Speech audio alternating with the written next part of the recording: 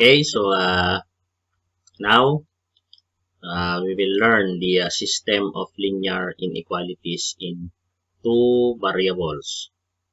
Okay, so in our previous lessons, so we solved and graph linear inequalities in one variable. So now we will solve and graph linear inequalities in two variables. Okay, so a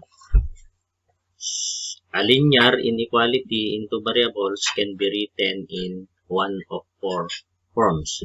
So these are the expressions. So we call this one the standard form. Okay, so these four are the standard form. Okay, so two or more inequalities considered together form a system of linear inequalities. Okay, so usually we are using these four standard form. Okay, so we have examples so that we can understand very well the solving of linear inequalities in two variable. Okay, so we have example here. So we have two expressions. So this one and this one. Okay, then as you have noticed, class, we have two variables. So x and y. Okay, so in our previous lesson, in inequality in one variable, we have only one variable, whether it is an x or y. So now we have two variables. So both of the expressions has two variables. So x and y, then x and y also. So we have here our given coordinates for x and y. Okay, so we will determine if this coordinate or if this point of coordinates is a solution or not a solution. This one. Okay. So what do we do, class? So we are only going to substitute the value of x and y coordinates from this given expression, from these two given expressions. So first, we will substitute first the coordinates from the first expression, this one. Okay, so x plus 2y greater than 11. So we will just substitute the value of x and y. Okay, so what is our x? So 6. So 6 plus 2 times the value of y, which is 3, this one. So times 3 greater than 11. Okay, so by simplifying, 6 plus 2 times 3 equals 6. Okay, so 6 plus 6 greater than 11. Okay, so 6 plus 6 is 12. Then, bring down the symbol, then the 11. Okay, so this is the values obtained from this expression. Okay, so let us observe the values. We will determine if it is true or false. So, is 12 greater than 11, class? Okay, so it is true because 12 is bigger than 11. Okay, so it is true. Then after solving the first expression, so we will also solve the second expression, which is this one. So same procedure, we will substitute the value of the x and y coordinates, this one, to this expression. So we will just substitute x and y. So this is the value of x and y. So 2 times x, which is 6. So this one, 6 plus 3 less than or equal to negative 7. Okay, so negative 2 times 6 is negative 12 plus 3. Then greater than negative 7. Okay, so by simplifying, negative 12 plus 3 is negative 9. Less than or equal to negative 7. So again, we will observe if the values that we obtained from this given expression is true or false. So is negative 9 less than or equal to negative 7? Okay, so it is true because negative 9 is smaller than negative 7. So it is true. So if this is the case, class, so if the first and second expression is both true, then so the ordered pair 6 and 3, this one 6 and 3, the given is a solution. So take note of that, class 1. So, okay, so if both is true, then it is a solution. Okay, so next, so we have our second example. So this is our first expression. Okay, so and this is our second expression. So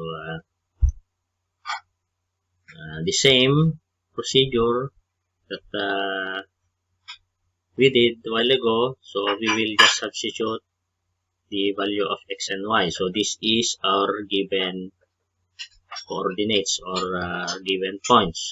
We will substitute their value to this expression, to this first expression.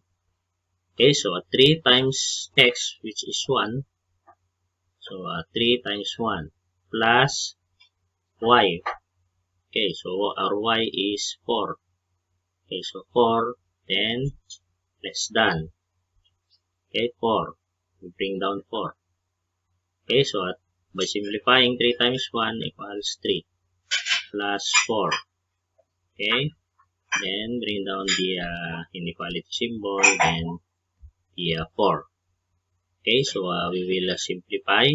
3 plus 4 equals 7. Then less than 4. Okay, so we will evaluate if the values are true or false. So is 7 less than 4 plus? Okay, so it is false because 7 is bigger than 4. So it must be greater than, not less than. So it is false. Okay, so after substituting the value of x and y from the first expression, we will also solve the second expression, which is this one. Okay, so same procedure, we will substitute their value. Then after simplifying, so we will try to evaluate the values obtained.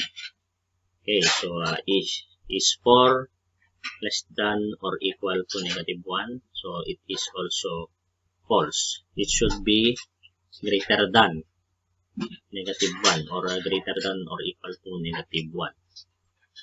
Okay, so therefore, since both inequalities are false, the ordered pair 1, 4, this one, 1, 4 is not a solution. Okay, so if the expressions are false, it is not a solution. So take note of that, class. So just always remember that if one of the expression is false, automatically not a solution. Okay, so either one of the expressions is already false, then it is not a solution. Okay, so take note of that. Okay, now we will learn how to graph linear inequalities in two variables. Okay.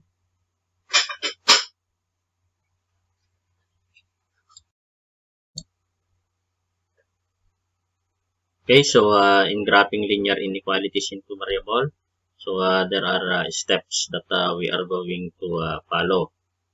Okay, so number one, so rewrite the inequality as an equation. Okay, and solve for the intercepts. Okay, so it says that we will rewrite the inequality. So it means to say we will change the inequality symbol to equal sign. Okay, so next, number two, plot and draw the boundary line, whether it is a solid or a broken line. Okay, so after solving the expression, we need to plot and draw a boundary line. So take note, class, that if the inequality symbol is greater than or less than, greater than or equal to, and less than or equal to, the line should be a solid line, this one. Okay, and if the symbol is less than or greater than, it should be broken line. So take note of that, class. Okay, so step number 3. So we will decide which half plane contains the solution set. So pick a test point that is on one side of the boundary line. Use 0, 0 points. Okay, so we will use the coordinate 0, 0 if possible. Okay, so usually when deciding which half planes is the solution, we always use coordinate 0, 0. Okay, then step number 4, if the resulting inequality is true, shade the side that contains the test point. Okay, so if the resulting inequality is false, shade the other side, the other way. Okay, so for further explanation, so that we can understand this very well, so let us have example here. Okay, so this is an example of graphing linear inequality into variables. Okay, so the graph of any linear inequality into variables is a half plane. So as you have noticed, class, so the line divides the plane, the half plane, or the partition into two planes. So the upper side and the lower side. So the upper side is the shaded one. It means to say that if the shaded one is means that it is the solution. Okay. Then as you have also noticed, class, we have two coordinates or 2 points here, this one and this one. So we will, after solving the expressions, we will connect the points together. Then we will draw a line. Okay, so whether it is a broken line or a solid line. Okay, so take note of this, class. If the inequality symbol is less than or equal and greater than or equal, it is a solid line. Okay, then if the symbol is less than or equal, less than or greater than, it is a broken line. So in our graph, so as we have noticed, the line is a broken line. So it means to say the inequality symbol is a less than or greater than. Okay, so that we can understand this very well,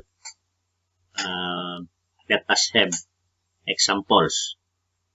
Okay, so we will solve inequality in two variables. Okay.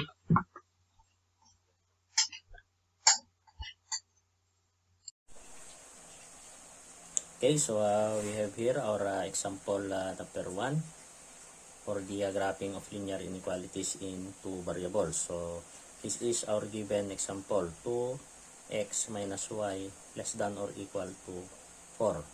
So as you have noticed, there are two variables. So our variable is x and y. So our first step is to rewrite the inequality as an equation. So we will rewrite. Okay, so how do we rewrite? So we will change the inequality symbol into equation. So 2x minus y. So this inequality symbols will become equal sign. Okay, so this is our equation.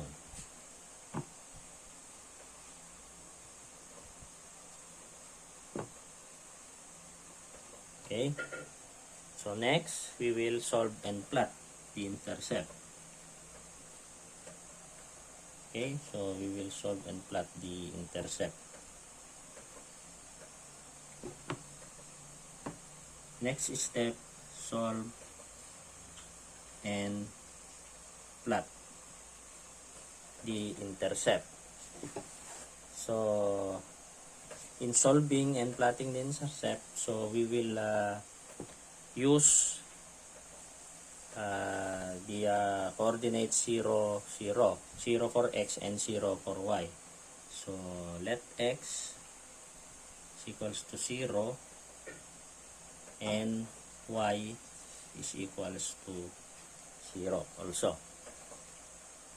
Okay, so we will substitute first the value of x from this given expression. Okay, so first we will solve first the value of the x if x is equals to 0. So we will substitute from this given expression. 2x minus y is equals to 4. Okay, so 2 times x. So what is our x? It equals to 0 minus y equals to 4. Okay, so by simplifying 2 times 0 is equals to 0 minus y is equals to 4. Okay, so 0 minus negative y, so simply negative y is equals to 4. Okay, so by getting the variable y, so this should be positive. So what will we do? So we will divide both sides by negative 1 to eliminate the negative sign of the variable y. Okay, so this is cancelled and this cancelled. So y is left equals to 4 divided by negative 1 is equals to negative 4. Okay, so our y is negative 4. So I will list down. So our y is equals to negative 4. Okay, so how do we write coordinates? So if our x is 0, so we will first write the x-intercept. So 0, then our y-intercept is 4. Negative 4, I should say negative 4. Okay, so negative 4. This is our y-intercept. negative 4. So this is our first coordinate. Okay. So next, we will also solve the y is equals to 0. So how about if our y is equals to 0? Y is equals to 0. So we will again substitute the value of y from the given expression. Okay, so 2x minus y is equals to 4. So 2x minus y, what is the value of y? Is equals to 0, equals to 4. Okay, 2x minus 0 is equals to 2x is equals to 4. So to get the value of our variable x, what do? We will divide both sides by 2. Okay, to eliminate the coefficient 2.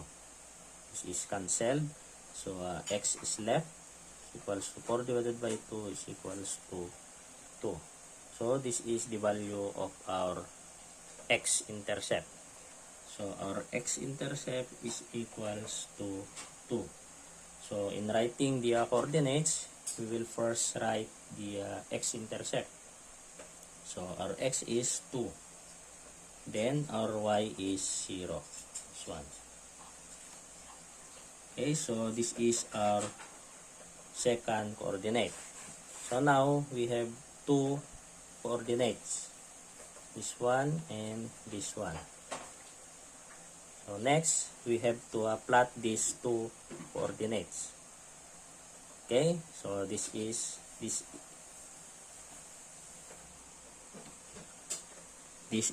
the third step. We will plot. Okay.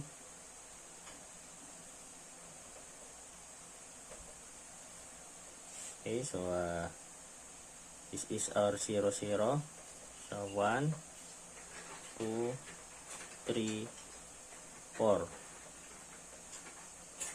Negative 1, negative 2, negative 3, negative 4.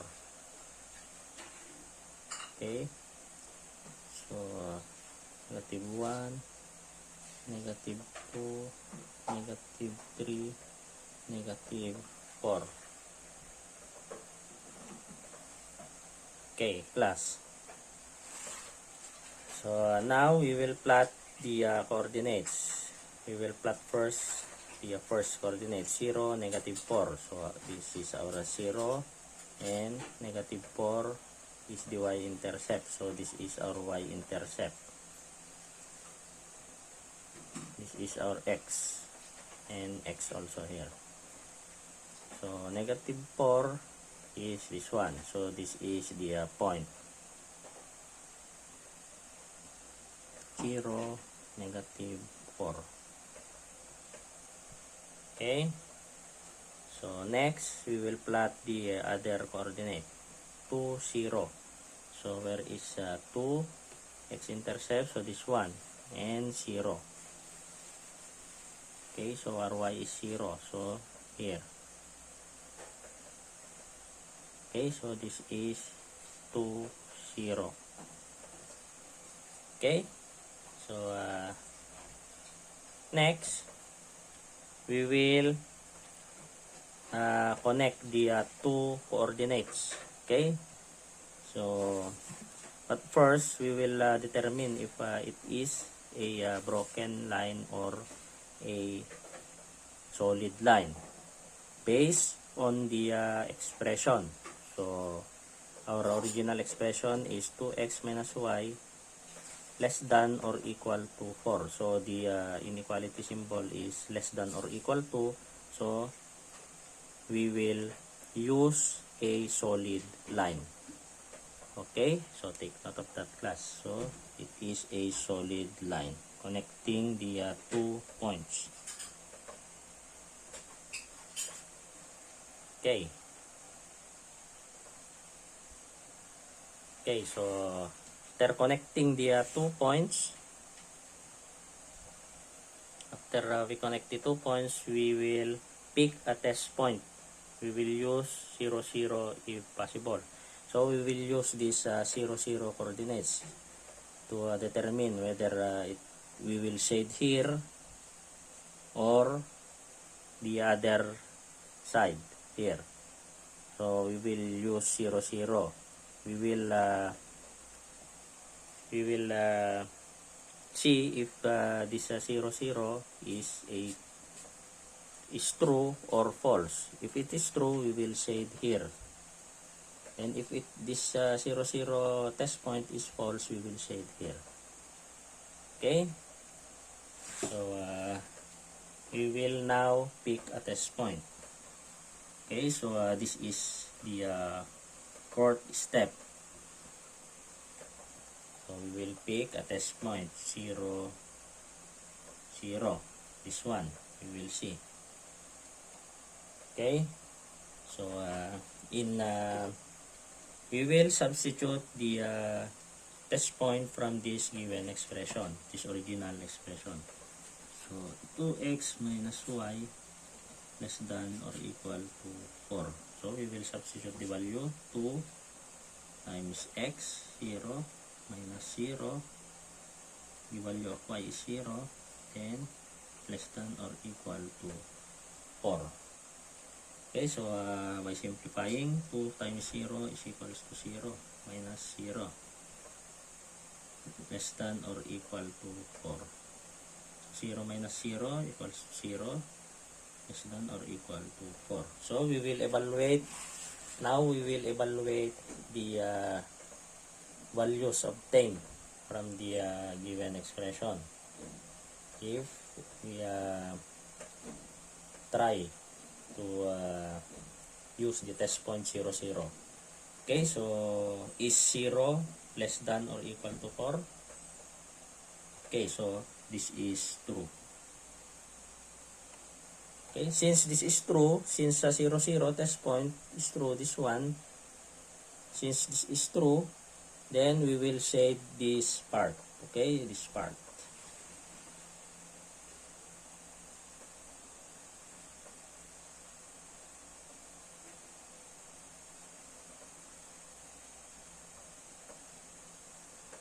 Okay, so this is the graph of the expression 2x minus y less than or equal to 4. So the solution is this one. This one. All points from this plane is the solution. Okay.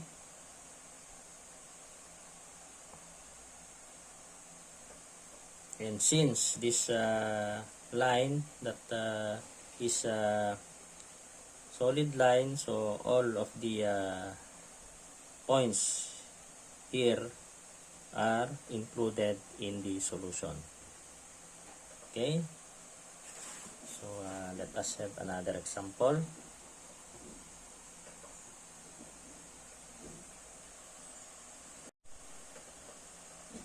Okay, now we will graph 3x plus 2y greater than or equal to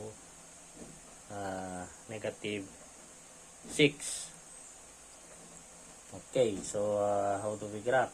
So again, we will write the expression in as an equation. Okay, so we will rewrite. So this will become 3x plus 2y. So this we will change the symbol to equal sign, negative 6. Okay, then our second step is to solve and plot. Okay, we will solve and plot. Okay, solve and plot. So again, we will use 0, y for 0 and x for 0. Okay, so let x is equals to 0 and y is equals to 0. Okay? So first, we will use x is equals to 0. X is equals to 0 first. So, by substituting in our given equation, 3x plus 2y is equals to negative 6. So, 3x plus 2y equals to negative 6. So, if our x is equals to 0, so 3 times x is equals to 0 plus 2y is equals to negative 6. Okay, so by simplifying, 3 times 0 is equals to 0 plus 2y is equals to negative 6. Okay, 0 plus 2y is simply 2y equals to negative 6. So, we will divide both sides by 2 to get the variable y. 2.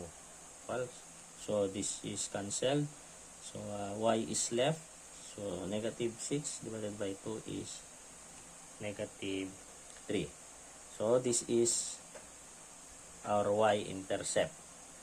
So, our y-intercept is equals to negative 3. So, how do we write the coordinate? So, if x is 0, so first, we will write 0 and our y is negative 3. So, always remember that x always comes first before y-intercept. Okay, so x is 0 and y is negative 3. Okay, so this is our first coordinate. So, now, we will also solve for y is equals to 0. From we will substitute y is equals to 0 from the same expression. Okay, so 3x plus 2y is equals to negative 6. Okay, so 3x plus 2 times what is our y is equals to 0 equals to negative 6. Okay, so 3, 6 plus 2 times 0 is equals to 0 equals to negative 6. Okay, so 3x plus 0 is simply 3x equals to negative 6. So, to get the value of our variable x, we will divide both sides by 3. Okay, so this is cancelled. So, x is left. So, our x is negative 6 divided by 3 is negative 2. So, our x-intercept is negative 2. So, our x is negative 2. So, by writing the coordinate, so we will write first the x-intercept. So, our x-intercept is negative 2. Then, y is 0. Okay? So, our first coordinate is 0 and negative 3. And our second coordinate is negative 2 and 0. So, again, our third step is to plot the coordinates. Okay? So, we will plot the coordinates.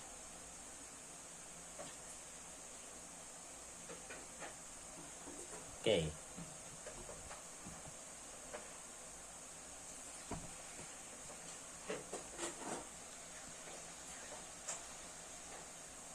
Okay, so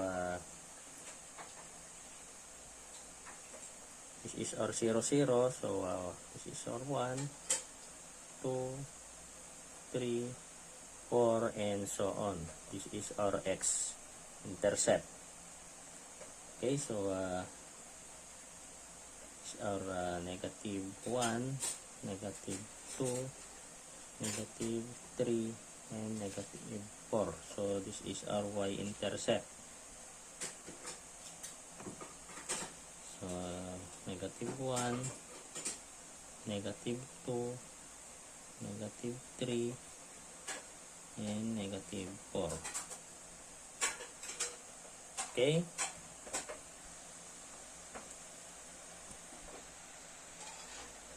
Okay, first, so we will plot 0 and negative 3. So 0 and our y-intercept is negative 3. So negative 3 is here. So this is negative 3. Okay. So next, we will plot also the other coordinate. So negative 2 x-intercept. So our x-intercept negative 2 is this one. Then y-intercept is 0. So simply this one. Okay, so our this one is 0, negative 3. And this one is negative 2 and 0. This one. So next, we will connect the two points. But first, we will first determine if what line will we draw. If it is, whether it is a broken line or solid line. So we will base from the original expression. This one. So our original equation expression is 3x plus 2y greater than or equal to negative 6. So we have noticed the inequality symbol is greater than or equal to. So it is again a solid line. Okay, so this is a solid line. Okay. So now the plane is divided. So this plane and the other plane is here. Now we will test this 0, 0 point. Okay, so we will pick a test point. So we will pick 0, 0. We will see if this part is the solution. Otherwise, if it is false, the solution is here. Okay, so we will use the original expression. Okay, so now we will plot, or we will pick a test point. So our test point is 0, 0. This one. Okay, so we will substitute the value of our test point to this original expression. So 3x plus 2y greater than or equal to negative 6. Okay, so 3 times x, 3 times 0 plus 2 times 0, so greater than or equal to negative 6. So 3 times 0 is 0 plus 2 times 0 is 0 greater than or equal to negative 6. So 0 plus 0 is 0 greater than or equal to negative 6. So by evaluating the values that we obtained, so is 0 greater than negative 6? Okay, so it is true. So 0 is bigger than negative 6. So 0 is bigger than negative 6. So this is again true. It means to say that our test point 0, 0 is true. So we will shade this part.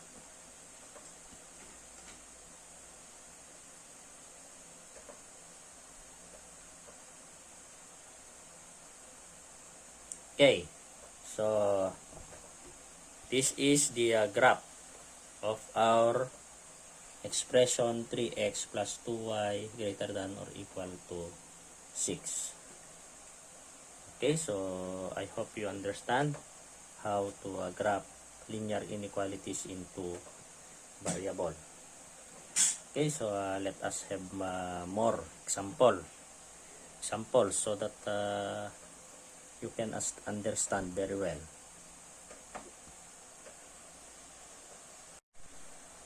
Okay, so how about class? if the given example is y is greater than 5. Okay, so simply y is greater than 5 only. Okay, so our first step is to rewrite it in as an equation. So y is equals to 5. So we will always change the inequality symbol to equal sign. Okay, so solve and plot. So next we will solve and plot. Okay, so if our x is equals to 0, if our x is equals to 0, then our y is equals to 5, simply 5. Okay, so how do we write the coordinates? So first, x equals to 0 and y is equals to 5. So this is our coordinate. So next, we will pick a test point. So our test point, so first we will graph first the coordinate. So how to graph the coordinate? Okay, so this is our 0, 0, 1, 2, 3, 4, 5. 1, 2, 3, 4, 5. So this is our x.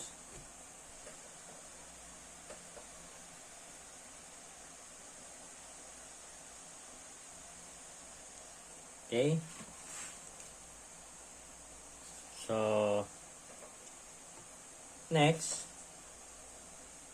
so in graphing 0, 5, so simply where is our 0, x-intercept 0, this is the 0, and our y is positive 5, so y is positive 5 is here. So 1, 2, 3, 4, 5. Okay, so our 0, 5 is this one. Okay, 0 and 5. So what will we do next? So just always remember, class, if our given is simply like this only, then we have only one coordinate. Okay, so we will draw a line parallel to the x-intercept. Okay, so we will draw a line, but first we will determine first if what line do we use. Okay, so in our original expression, y is greater than 5. So as you have noticed, it is greater than. So it means to say we will draw a line, a broken line. So we will draw a broken line parallel to our x-intercept. Then after graphing the broken line, we will have the test point. Okay, so our test point is always 0, 0. Okay, so y, we will substitute the test point from this given expression. Y is greater than 5. So our y is 0. So y is 0 greater than 5. Okay, so this is the value obtained. Then we will evaluate this one if it is true or false. So is 0 greater than positive 5 plus? So no. So this is false. So our test point 0, 0 is false. Therefore, this is not the solution. So the solution is here at the top.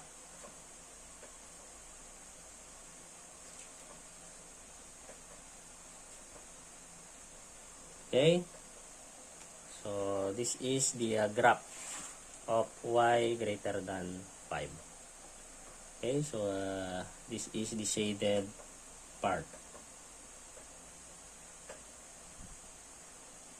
Because our test point 0, 0 is false, so the solution is here. Okay, if this is true, just in case this 0, 0 test point is true, then we will shade here. Okay, so I hope you understand how to graph linear inequalities into variable. Okay, class, so how if we will graph all the examples that we did while ago. So this is our example number 1, or example number 2, and our example number 3. So how if we will graph all of them in one graph? So while ago, this is our first example. So we obtain the two coordinates 0, 4, and 2, 0. Then we pick the test point 0, 0. So this is true while ago. Okay. Then our second example is take x minus 2y greater than or equal to negative 6. So while ago, we obtained the coordinates 0, negative 3, and negative 2, 0. So we also pick the test point 0, 0. So this is also true while ago. And the last example that we did while ago, so this is y greater than 5. So we pick the test point 0, 0. Then we this is false. We obtain false. Okay, so let us try to graph all of them in this Cartesian plane. Okay, so first we will graph the coordinates of our first example, 0, 4, and 2, 0. So 0, 4, this is negative. Yes, this is negative. Sorry, class. This is negative 4. Okay, so 0, negative 4 is this one. 0, negative 4. So this one. Okay, so 0, negative 4, this one. Then 2, 0 is this one. 2, 0. This one. So we will connect. Since this is less than or equal to, so the line is solid. We will connect the line by using a solid line. Okay. Okay, so next we will plot. Okay, so before we plot the second example, so since this is true,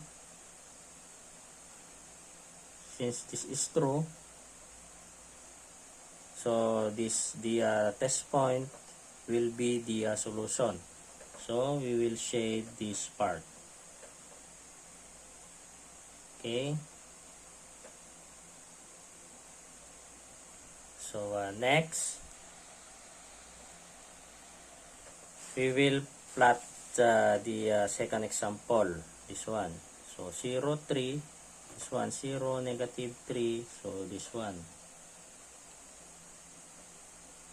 Then negative 2, 0, negative 2, 0.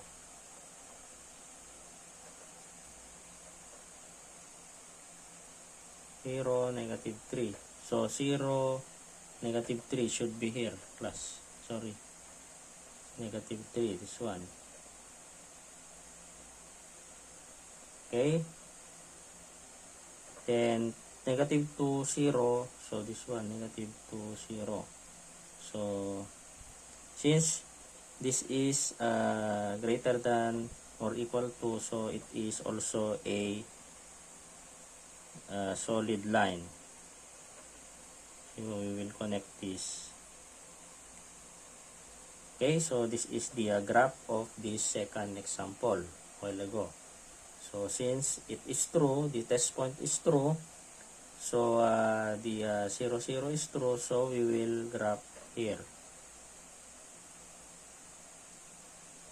We will shade this part.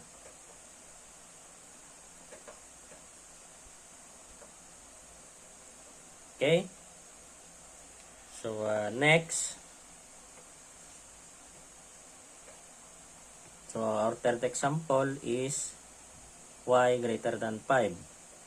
So 0, 5. So if we plot the coordinate 0, 5, so 0, then the y-intercept is 5, so 1, 2, 3, 4, 5.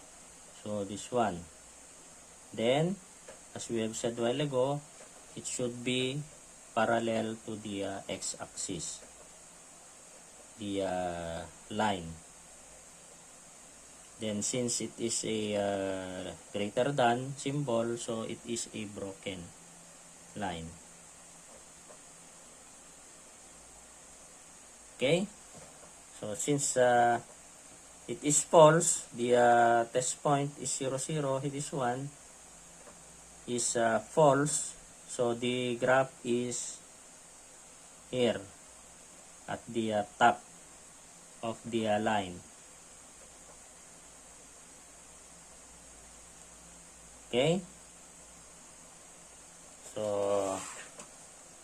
this is how we graph. So we will see the intersection of the graph. So this one and this one, so the intersection of the graph is this one. Is up to here.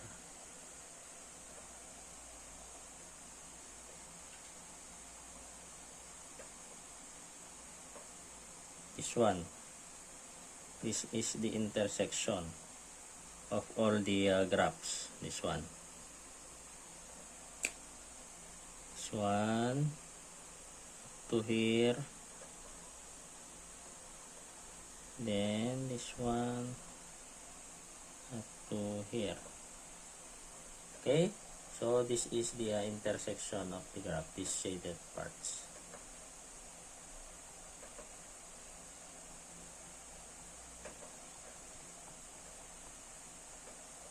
Okay, so I hope you understand the graphing of linear inequality into variables.